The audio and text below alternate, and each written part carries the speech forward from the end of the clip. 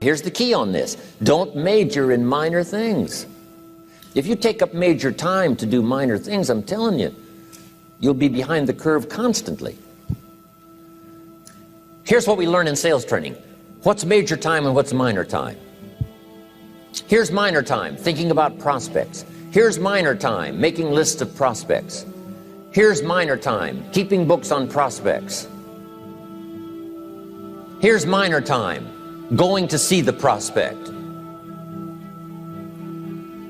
Here's minor time, evaluating the prospect after you've been there. That's all minor time. Here's major time, in the presence of the prospect. That's major time.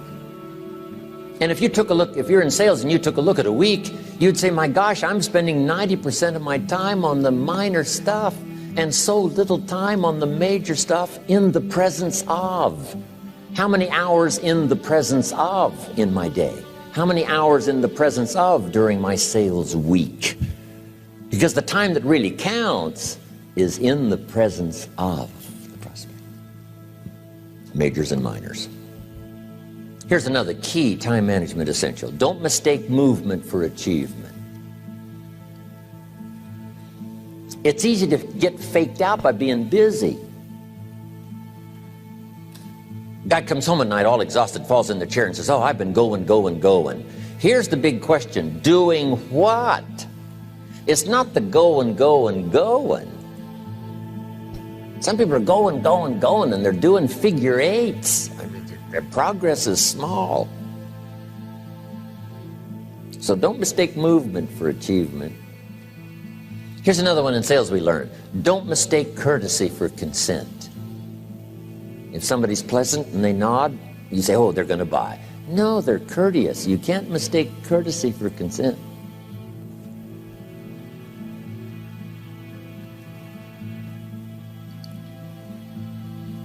Now here's a big one, concentration. I had to learn this. All those years ago, I'm in the shower trying to compose a letter. Found it turns out to be a strange letter.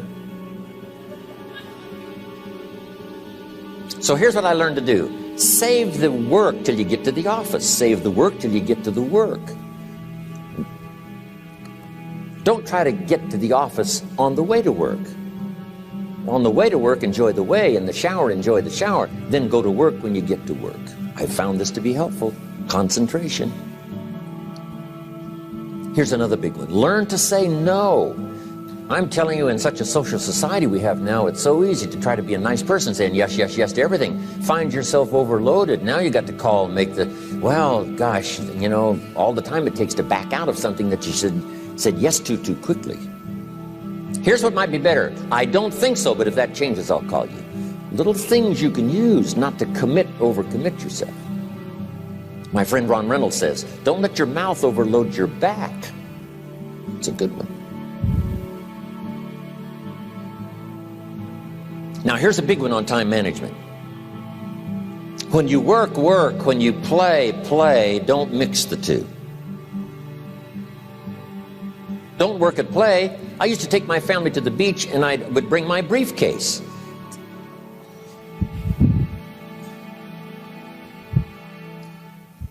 I learned not to do that. Or at the beach, I'm saying I should be at the office. I should be at the office. Now my family's upset because I'm at the beach and I'm thinking office. Now when I'm at the office, I'm thinking what? I got to get my family to the beach. So things are not going too well at the office because I'm thinking beach, and things are not going too well at the beach because I'm thinking office. Here's what I learned to do. At the beach, be at the beach. At the office, be at the office. When you work, work. When you play, play. Don't mix the two. Don't work at play. Now here's one of the most important ones. Don't play at work. Work is too serious. You don't want the reputation of being the office joker. It's not a good one. Yes, there's time for some pleasant stories. Yes, there's time for a little humor. Yes, best if it's a happy office, of course. But I'm telling you, you got to be serious about work because you're parting with a piece of your life for the work you do. Your work costs you a piece of your life. Here's what it's called. Serious business. Not grim, not unhappy, but serious. Key. Don't play at work.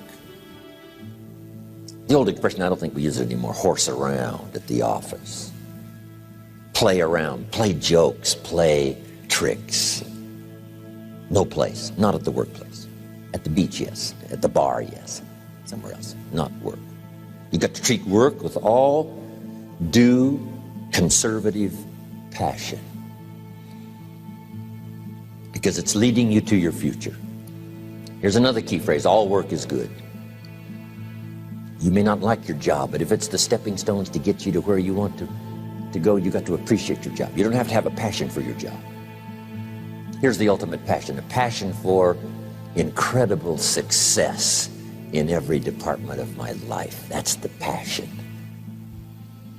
But don't look down on some menial job you have to do to finally get you to where you want to go. No job is menial. No job is not, every job is noble. Training life for pay, making a contribution to society.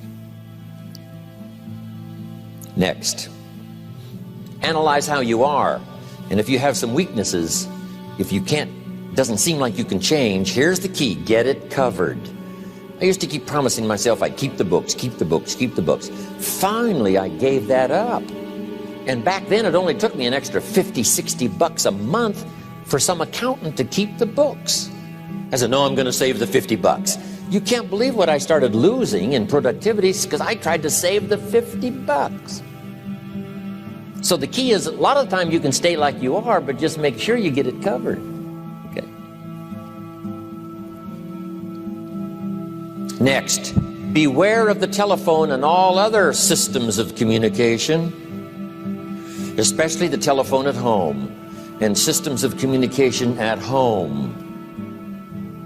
And here's one of the best lines I've got for you for the weekend: let all communication systems serve you, but don't let them intrude. When it comes time to have dinner with your family, you shut off all systems, unless the ones that can take messages silently. Don't let the phone ring. Don't let anybody intrude, come through the front door nor the back door, nor through the telephone or any other device. So you can't reach John and his family when he's having dinner. The President of the United States couldn't get through. If you develop that kind of a reputation, father, mother, when we have dinner, when we're visiting and have this time with our family, nothing intrudes. So don't let these clever little devices keep intruding. You've got to have a place that's sacrosanct, it's valuable. You don't let anything in for that period of time. Okay. Isn't that good advice? Excellent advice.